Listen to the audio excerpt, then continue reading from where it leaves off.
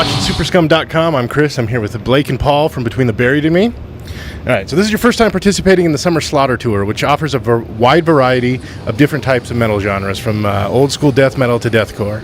How have the fans been reacting to your live set? Really good so far. We're kind of a different band, I think, for the bill, but we're in a good spot. We play right before Cannibal, so if people want to see Cannibal, they have to sit through us. But it's been really good. The fan reaction's been really good. Haven't had too many hecklers so far. Maybe a couple here and there, but no, it's like you said, it's a really diverse bill, and there's a little something for everybody, and it really kind of showcases the whole metal genre, I think, the whole spectrum. So we're stoked to be a part of it. So you're also playing Talos live, which is a song from the upcoming album, the Parallax 2 Future Sequence. How's the new material going over with fans? It's going over pretty good. It's like I said, it's a lot to take in for a first song, or at least for one of our songs if a fan hadn't heard it before. But it's online, you can kind of review it if you like. And but live, I think it's going over pretty good. It's a fun song to play. I enjoy it. It's probably my favorite part of the set. Yeah. The Parallax 2 Future Sequence is a concept album. What were some of the challenges with telling a story over the course of an entire album? It was definitely something we'd never really done before, which is why we wanted to do it. It's kind of a new challenge, and it was a little bit different because there was a storyline we were trying to follow musically. So we kind of had to tailor the music in some way to sort of fit the story, and we wanted the climaxes of the story to sort of be reflected in the music, and vice versa. So, but it came out pretty good, and I don't know if it's something we'll do again, but it was certainly something that we were proud of, and it was a fun challenge, like I said, to do it. So it was a little different than most writing sessions, but overall it went pretty well. If people hate it, we probably won't do it again. Yeah, if people hate it, definitely won't do it again. We'll just give that one up. Give that game up. Can we expect any music videos from the upcoming album? And if so, do you know which song? Yeah. Yes. Blake's more talented brother is doing a video for us. It's currently in production, so we won't give away what song or anything yet, but no one would know it anyway because the album's not out. So, yeah, exactly. But yeah, we are going to do a video, which is something we don't typically put a lot of time into, but this time around, yeah, we're pretty stoked on it. Actually, should be pretty good. Okay, on October 8th, you will release your full-length debut, The Parallax 2 Future Sequence on Metal Blade Records. How has your time with them been? With Metal Blade? Yeah. Been good. Been very good. Yeah, it's been really good. I mean, we like them. Yeah, they're very cool. They're very into what we do and kind of leave the musical direction and stuff up to us, which is, what we enjoy. And, yeah, they've just been really easy to work with, definitely. Brian Very cool. Slagle was actually he was kind of like a fan of the music, so that kind of meant a lot to us. That was very cool.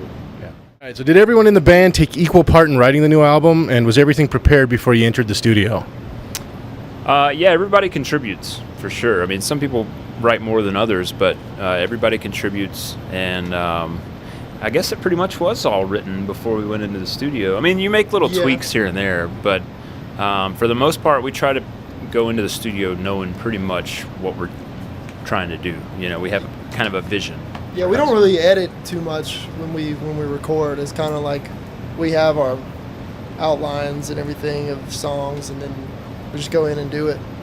We don't really do too much post editing as far as actual song structures go.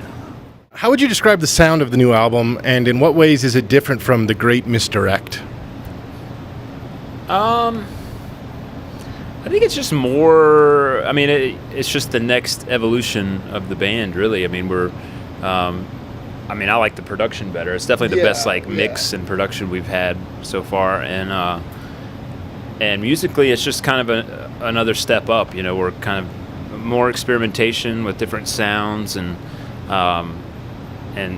more experimentation with song structures and stuff like that, and then of course just the fact that it's written as this sort of conceptual piece. I mean, that in and of itself is kind of a big difference between this and The Great Misdirect. But Yeah, to me, it's just sort of the next logical step for us musically to take after that record. Yeah, it's definitely got a better flow Yeah. to it, I'd say, just because it's got musically, it's conceptual, and like story-wise, it's conceptual. It kind of works that way. It's sort of similar to Colors, kind of like that kind of a song-to-song flow.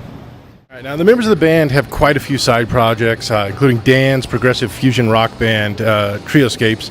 Can you talk a little bit about these and if or how they've helped with Between the Buried and Me sound?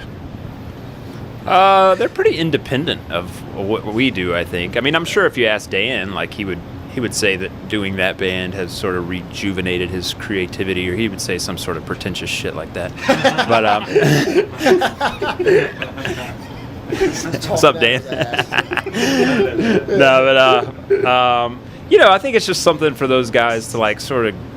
I mean, that's just an aspect of their creativity that they want to explore on the side, and then when we do Between the Buried and Me stuff, they're very focused on that. So, and I don't have a side project because I'm just too lazy to do anything like that. So, I think if it were me, if I had a side project, it'd just be riffs and stuff that's left over from what we don't use. No, but I'll just use that.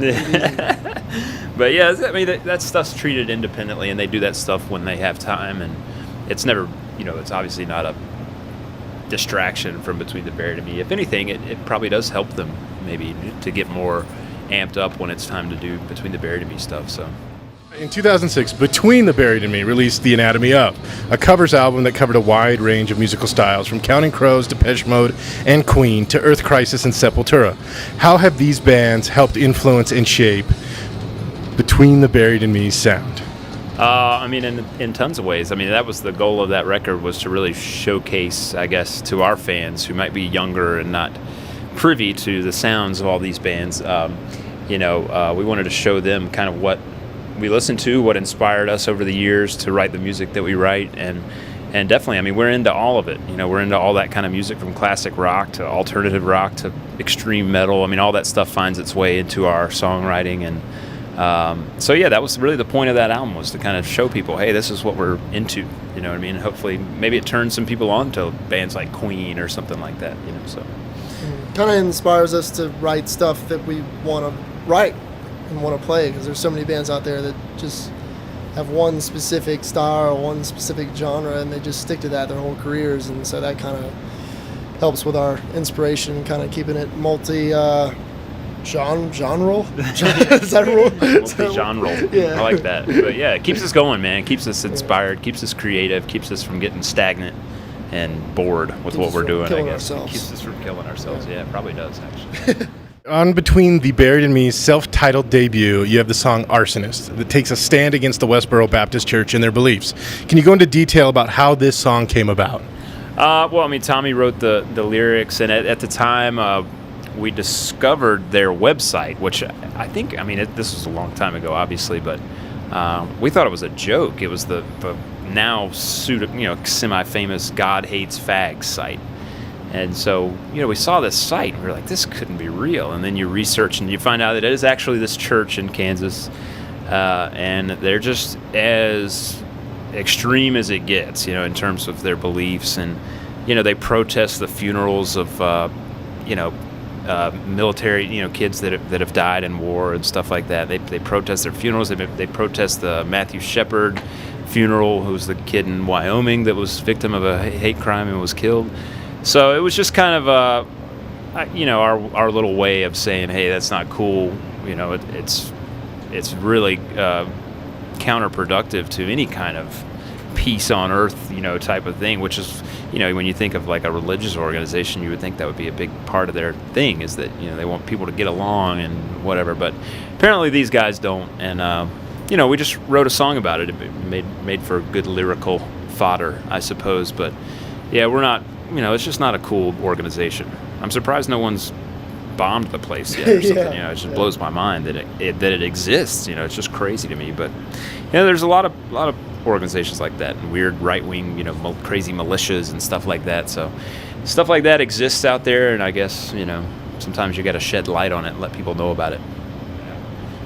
we don't really play that song anymore because as soon as I joined the band, I'm actually a fan of the West Russians. I back it. He's actually Hitler. I mean, they were all they had the right idea. No, I'm just kidding. It's terrible. It's terrible, and he's right. We don't play the song anymore, but that's mostly because it's old and shitty. But but we still believe in the lyrics that were written. It's definitely not something that's cool, and I think it's important for musicians and anybody that has sort of a say that can sort of put something out there to say something positive. And in this respect, we're basically saying, hey, these guys suck. Watch out for them. How old is that song? That song was written the music for it is probably 13 years old. Jeez. Pretty long time ago. Between the Buried and Me has also played in a number of different festivals, including Ozzfest, the New England Hardcore Fest, Progressive Nation '08, and the Summer Slaughter Tour. How have these experiences been? All of them have been awesome except for Ozzfest '06. That sucked a fat nut, and it's probably the worst summer of our life. But it did. It wasn't that bad. Like the actual. It was pretty bad. Yeah. We had good hangouts, but it didn't do anything for us. It was just pointless. The music was just way over people's heads, and you get treated like dog shit if you're a opening band, and it's just it's stupid. It's super like that. That was the year like when there were still egos in our music industry, and you saw a lot of that. Was the first time we'd seen a lot of that in real life. This is why we don't have an ego, because we're doing an interview about it. And a freaking nasty alley up there. Sure. Bum piss right behind us or something. But I will say this about Ozzfest is that it was very important in our career in that it kind of helped shape the sound that we have now, because we realized what type of band we didn't want to be. We wanted to be like a band that kind of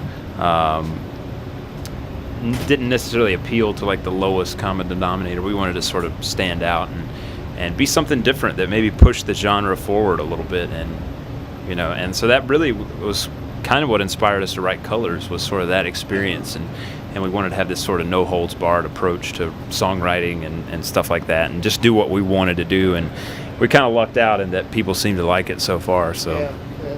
Progressive Nation was a good. Yeah, that was really good. Yeah. That did a lot for us.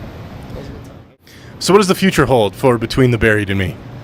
Probably another 10, 15 years of fledgling career where we struggle to make any kind of money, and no chance of supporting a family. Let's see, we'll probably, I don't know. I don't know. Yeah, I'm just kidding. We're in a very good place, and hopefully we'll continue to do what we do. We've been fortunate in the last 10 years. We've sort of stayed on the rise, and hopefully it can stay that way for a little while longer. And then when it hits that plateau, hopefully we can stay on that plateau for a little while and keep things going. And hopefully we'll know when to give it up, when to hang up the old spikes, But we're having fun doing it right now, and we love writing music and playing it for people and traveling the world. It's really an awesome, and I'm really happy and grateful to have this lifestyle. So hopefully we'll keep doing it for a while. What he said. At least another year or two. Guys, this is your time. You got any messages you want to send out? Anything to say to your fans? Thanks. Thanks for the support. Thanks, we obviously couldn't do it without you, or we could, but wouldn't be pretty pointless. Yeah. It'd be horrible. So, no, thanks for all the support over the years, and we love doing what we do, and thanks for allowing us to do it. What he said. All right, thanks, guys. Thanks.